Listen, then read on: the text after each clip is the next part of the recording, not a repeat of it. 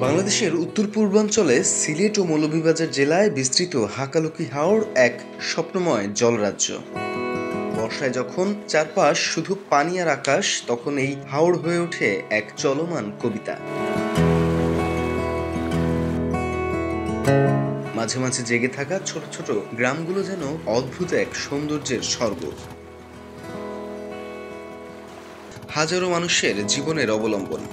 বর্ষায় মাছ ধরে আর শুষ্ক মৌসুমে বোরো ধান চাষ করেই চলে তাদের জীবন।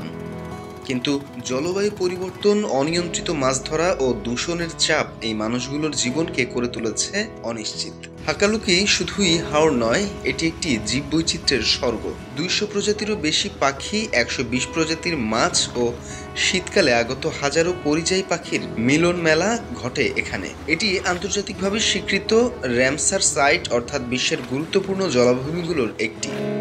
তবুও সংরক্ষণের অভাবে হারিয়ে যেতে বসেছে এই প্রাকৃতিক রত্ন।